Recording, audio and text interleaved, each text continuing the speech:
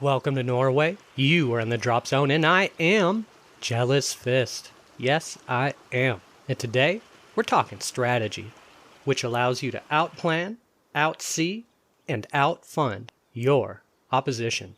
I am very excited to be Norwegian today, because today we're doing a loot guide, a detailed loot guide and walkthrough of this beautiful new map that is Kjerstin. The Vigor gods have truly blessed us with this next coming update. I think that this new map is going to be very popular. Yes, I do.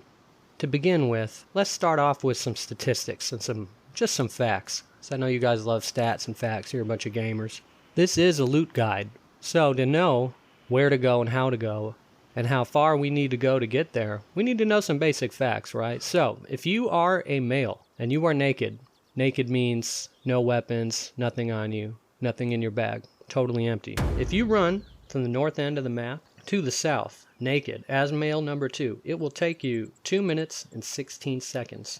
To run from the west to the east, it'll take you 2 minutes and 43 seconds. If you run from the north to the south with a medium loadout, which I define as this on this picture, it will take you 2 minutes and 48 seconds. West to the east, 3 minutes and 1 second. If you're a male 2, running from the west to the east, super heavy, it'll take you 4 minutes and 1 second. And from the north to the south, probably 20 seconds less, because I did lose that footage.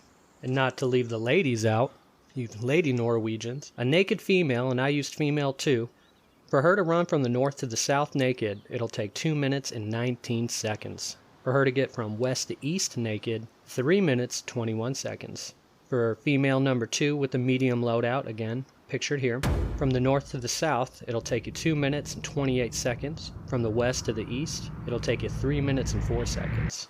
From the north to the south with a super heavy loadout, featured here, it'll take you 3 minutes and 24 seconds. From the west to the east, 4 minutes and 17 seconds.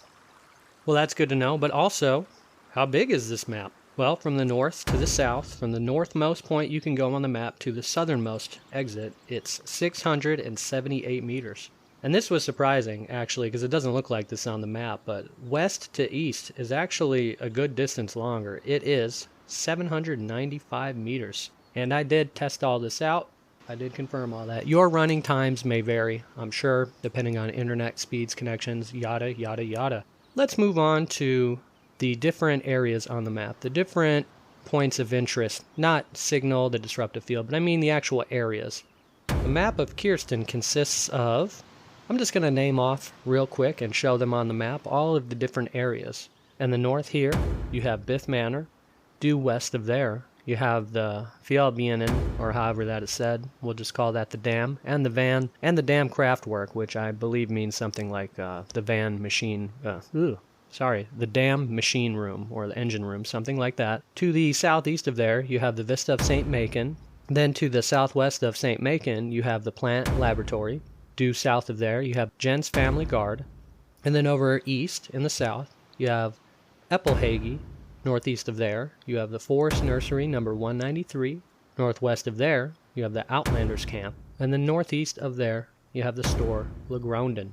In the making of this, I ran to each area and then recorded in great detail all of the loot that I got in each specific area and then in each building or exterior area. I did not display on the coming infographic maps the exact amounts of loot that you can obtain at these places. I'm only going to show you what type of loot spawns there, because this is a living game. The devs are going to be changing and adjusting the loot amounts. If past results are any indicator of future performance, what spawns where will probably remain the same, maybe with little bits of adjustments. The things that they will be increasing or decreasing over time will be the amounts, the actual quantity of each specific consumable or loot that you can get. So for a good long time, what I'm about to show you should hold true. If necessary, sometime from now, I could come back and revise this. I have a lot more information that I could have put in here, but I'm already well over 100 hours and 45 gigabits of data, video, pictures, all of that. And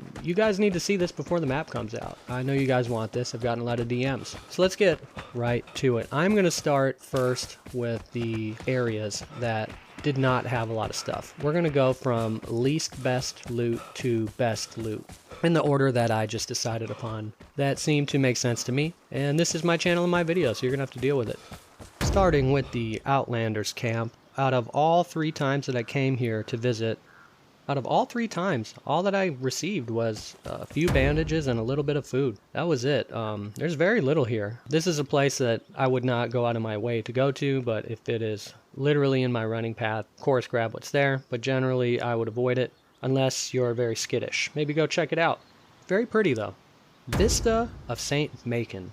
Another beautiful spot that is fairly empty of loot. Though, as you can see, I did put all of my runs here on the infographic. There is slightly better things in 3 runs compared to the Outlander Camp, but not great. Again, if you're running by there, check it out. Otherwise, I really wouldn't go out of my way.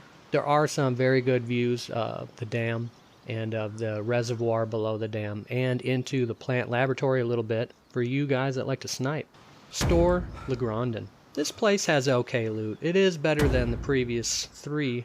This is actually a place I would go out of my way to loot just because it does tend to have caffeine here, which is great. You always want to get caffeine whenever possible. A little bit of glass, a little bit of fertilizer, a little electronics. Decent loot, okay loot I would say, not great. Biff Manor.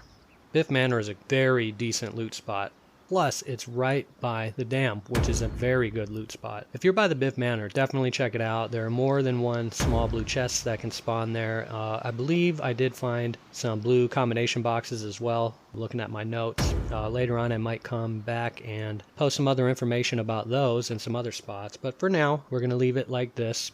Good amounts of glass, white weapons parts. There's white weapons as well. I didn't put those in my little info cards because those are just basically everywhere on this map and every map. But as you can see, it's okay loot. Plus, right next to the dam. Love that.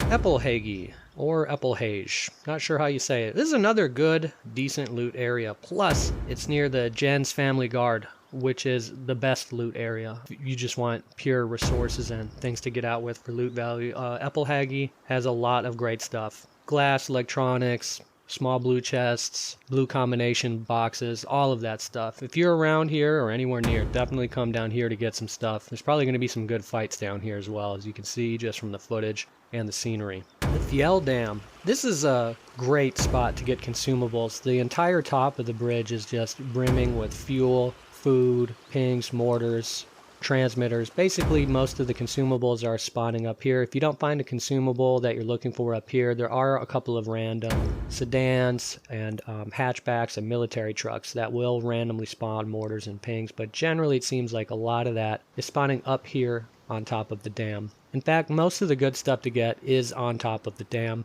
Below the dam, near the reservoir, is the machine engine room, right?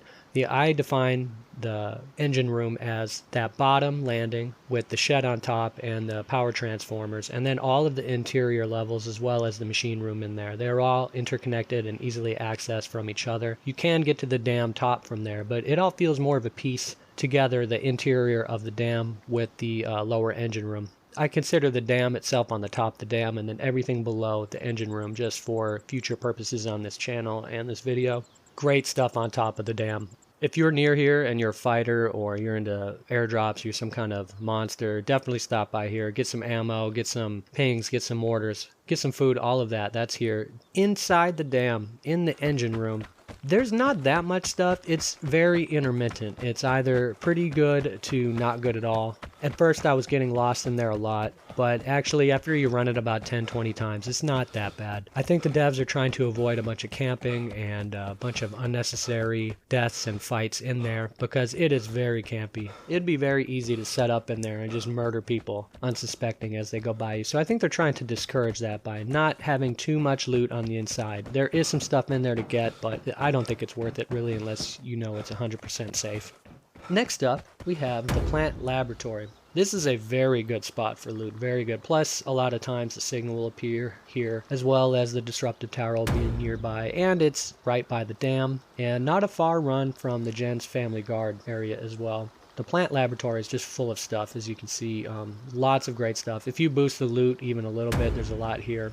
A lot here. Also as well, just the setup of it. There's going to be some very interesting fights that will be happening in and around this area. I think people are going to like it. And also I like where some of the time save buttons can appear. You guys will see that as you're playing the game. I didn't want to log all that for the purposes of this. We're just doing loot. If you're a looter, you like to loot and toot, come and visit the plant laboratory. Maybe run some tests on some ferns or some strange looking mushrooms or plants that you found out there in the woods on your travels in Norway. Because if you're into stethoscopes, microscopes, all of that stuff, come around the plant laboratory, get your science on, get your loot on, and get out, because the exit is right nearby, which is nice. The Jens Family Guard, which I believe stands for literally the Jens Family Farm. This is an excellent loot spot. This whole area, all of these buildings, all of this stuff, there's a lot of great stuff here. This is where you looters are going to want to spawn. This is where you're going to want to be or get to. There is a lot of stuff here, as you can see from these info cards, what I got on my 3 loot runs.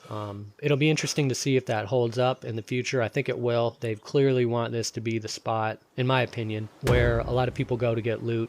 Lots of good open sight lines, probably hard to get camped there. I feel like a lot of the complaints of the internet in general, Greater Norway, have been taken into consideration just with this whole map and the whole layout of it and where things are and just how it works. I think you guys are going to appreciate it. Well, there you have it. Quick, comprehensive, data-filled loot guide and walkthrough of the new map Kjerstin. I generated a lot of footage, a lot of maps, a lot of information in the making of this that there was just no way I could put into this whole video. I'm trying to keep it short and to the point while providing a lot of visual information that you can just consume, see what's up with this map, and then go explore it yourself.